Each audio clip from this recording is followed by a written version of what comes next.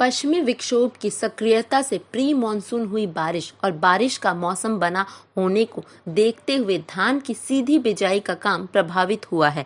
तेज बारिश की आशंका को देखते हुए किसानों द्वारा धान की सीधी बिजाई का काम रोक दिया गया है। किसानों ने बताया इस बार वह 11 एकड़ क्षेत्रफल में धान की सीधी बिजाई कर रहे हैं। उनके अलावा उनके गांव व जिले के अन्य किसानों द्वारा इस बार बड़ी मात्रा में धान की सीधी बिजाई की जा रही है। पिछले 4 दिनों से रुक रुक कर हो रही बारिश के कारण धान की बिजाई का काम ठप है। उन्होंने बताया कि धान की खेती के लिए चिकनी दोमट मिट्टी सर्वोत्तम मानी गई है। इसके अलावा दोमट और बलुई दोमट मिट्टी में भी इसे आसानी से उगाया जा सकता है एवं अच्छी पैदावार ली जा सकती है। धान की सीधी बुआई के लिए भूमि का समतल होना बहुत आवश्यक है। यदि भूमि समतल ना हो तो उसे लेजर लैंड लेबलिंग की सहायता से समतल बनाया जा सकता है। समतल भूमि में एक बार गर्मी की जुताई करके छोड़ दिया जाता है एवं कुछ दिनों बाद पाटा या पटेला लगाकर मिट्टी की एक बार पुनः जुताई करने के बाद उपयुक्त नमी में बुआई की जाती है। धान की सीधी बुआई मॉनसून आने के करीब 1 से 2 सप्ताह पूर्व करना अच्छा होता है। धान की सीधी बुआई जून के प्रथम सप्ताह तक आवश्यक कर देनी चाहिए।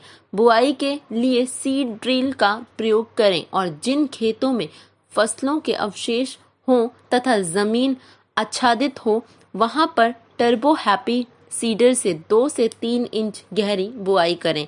इसके साथ ही उन्होंने बताया कि धान की सीधी बुआई के लिए 20 से 25 किलोग्राम बीज, 80 किलोग्राम नाइट्रोजन, 60 से 70 किलोग्राम फास्फोरस और 30 से 40 किलोग्राम पोटास प्रति हेक्टेयर की आवश्यकता होती है। नाइट्रोजन की आधी और फास्फोरस एवं पोटास की पूरी मात्रा बुआई के समय प्रयोग करें। नाइट्रोजन की शेष मात्रा को 2 भागों में बुआई के 20 से 25 दिन बाद और 45 से 50 दिन बाद खड़ी फसल में टॉप ड्रेसिंग के रूप में देनी चाहिए।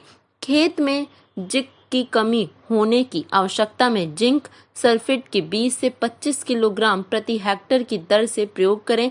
बुआई के दौरान मशीन द्वारा धान के कुछ बीज सीधी लाइन के अलावा आसपास छींटकर गिर जाते हैं, जिससे बुआई के 25 से 30 दिन बाद उखाड़ कर सीधी कतार में खाली और उचित स्थान पर रोप दें।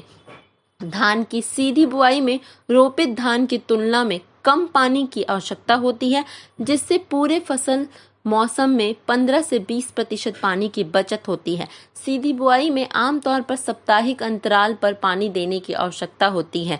इसके साथ ही धान की सीधी बुआई से लाभ होता है। इस विधि से धान की बुआई करने पर 15 से 20% पानी बचत होती है। इस विधि से खेत में लगातार पानी रखने की आवश्यकता नहीं पड़ती।